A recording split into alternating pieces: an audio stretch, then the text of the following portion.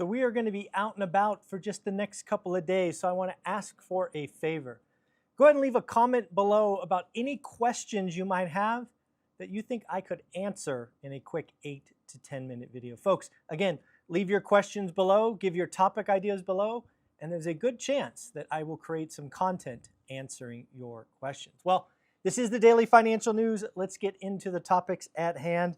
There was a New York Fed published article talking about the growing cracks in the labor market. Yes, folks, looks like the labor market is starting to show some pretty significant signs of weakening. For example, those that are expected to become unemployed have spiked to 4.4%. That is actually the highest on record. Those looking for a new job spiked to 28.4%. That is actually up 9% year on year. 48.3% of adults think they will have to work past 62, and 34.2% of adults think they have to work past 67. Folks, remember this channel. It's about getting to 4, getting to 5 rentals.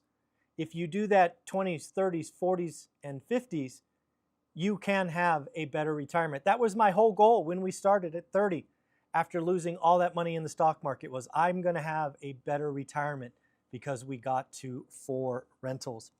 Well, let's talk about what's going on in the actual real estate market. Again, shout out Mike Simonson for his excellent data that he puts out weekly.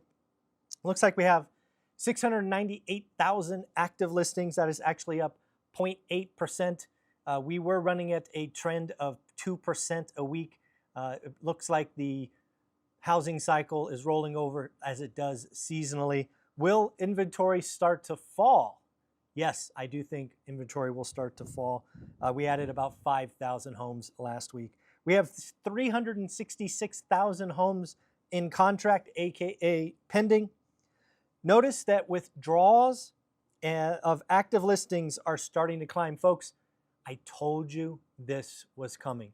Remember when I talk about sellers being need to sell or want to sell? When you list your property, you sign a contract to keep it listed for 3 to 6 months. Guess what? If you get no action, no activity, that contract will eventually expire or be withdrawn. We are going to see withdrawn and expireds increase, and that is actually going to be reducing inventory. So again, we will have transactions, pendings, and we will have withdrawns. I think there's a lot of fake or false data in the active listings.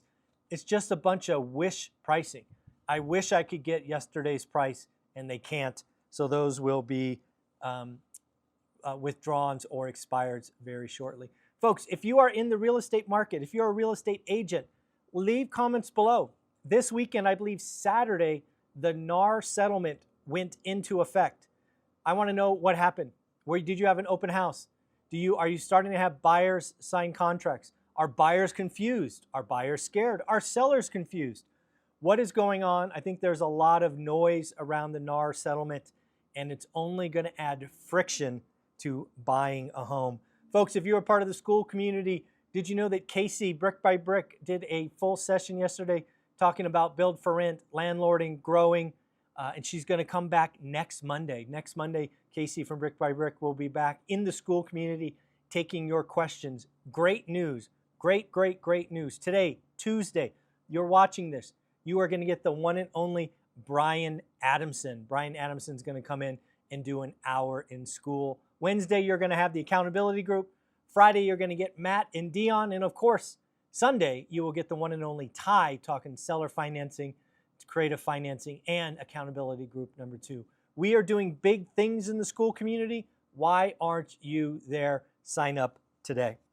What else is going on? We're getting some Fed chatter, some Fed speak. Yes, Austin Goolsbee is out saying not cutting rates in September could hurt the job market. Not cutting rates. That's a pretty dovish statement. How about Mary Daly? Mary Daly saying it's time to reconsider borrowing costs. It might be time to consider a cut. We're going to get a lot of Fed speak this week. It's going to be culminated in Jerome Powell on Friday, but so far, we got a lot of people talking about September rate cuts. So again, will Powell be a hawk? Will he be a dove? Will he give a time frame? We shall see. I had a conversation with Casey from Brick by Brick yesterday talking about her disrespectful offer. Remember, she bought a house for $200 that was listed for $240 in an A neighborhood.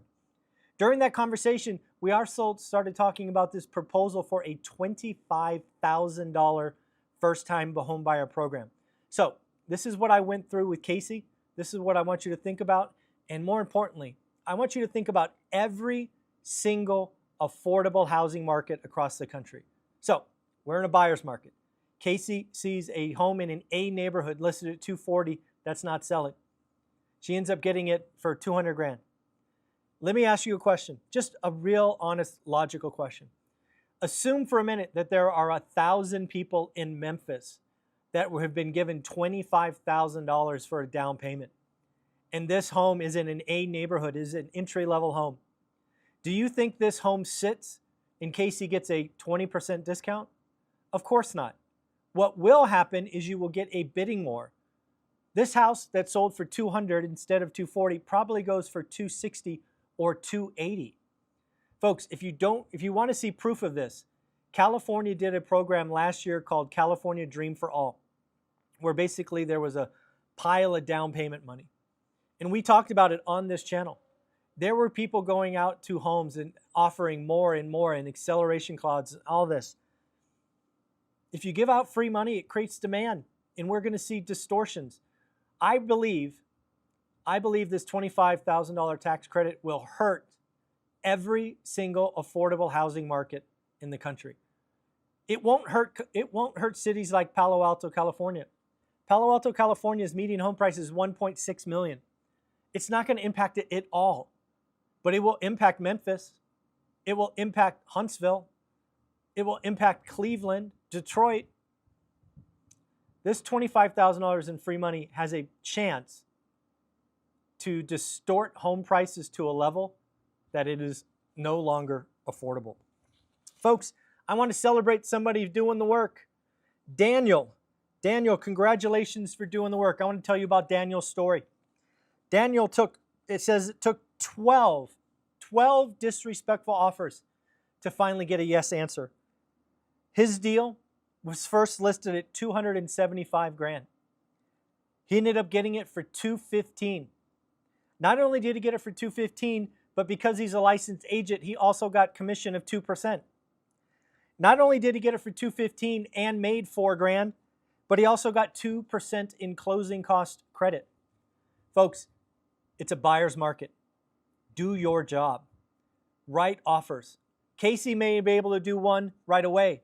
Daniel got a golden ticket because he did it 12 disrespectful offers. It takes time. It takes follow-up. Keep doing the work. Looks like we had some earnings come out that was interesting from Palo Alto Network. I've talked about them before. Palo Alto Network plays in the security space. As somebody who sold software for more than 2 decades, let's just say that security is the last budget to get cut. Well, folks, after 2 quarters, I believe, of kind of missing the numbers, looks like Palo Alto Networks came through. They beat top line, beat bottom line, and they added $500 million to their stock repurchase program. It looks like they are moving forward. I want to give a shout out to somebody I follow on X or Twitter, Stephen Thomas. He is a Bay Area real estate agent. He put out some numbers.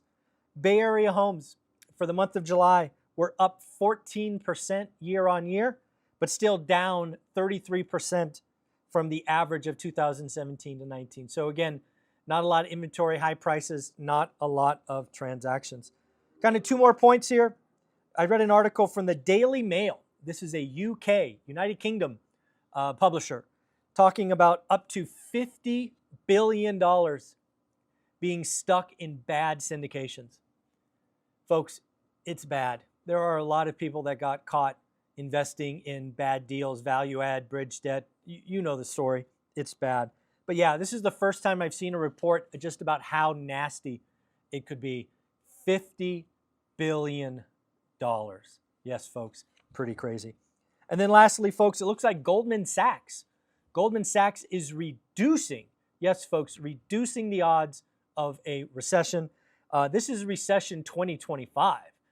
Looks like Goldman Sachs has taken their recession odds from 25% down to 20%. Looks more and more likely that people expect the Fed to start cutting. Most people are expecting 3 rate cuts by the end of the year. That obviously, I think people like Goldman Sachs, aka Jan Hatzius, hopefully I pronounced that correctly, are saying the odds of a soft landing are up. Folks, if you want to look at what a soft landing was, best chance for you to do that is 1994. You can go ahead and look at 1994 for that. So again, folks, I wanted to let you know about all the exciting things coming to you in our school community.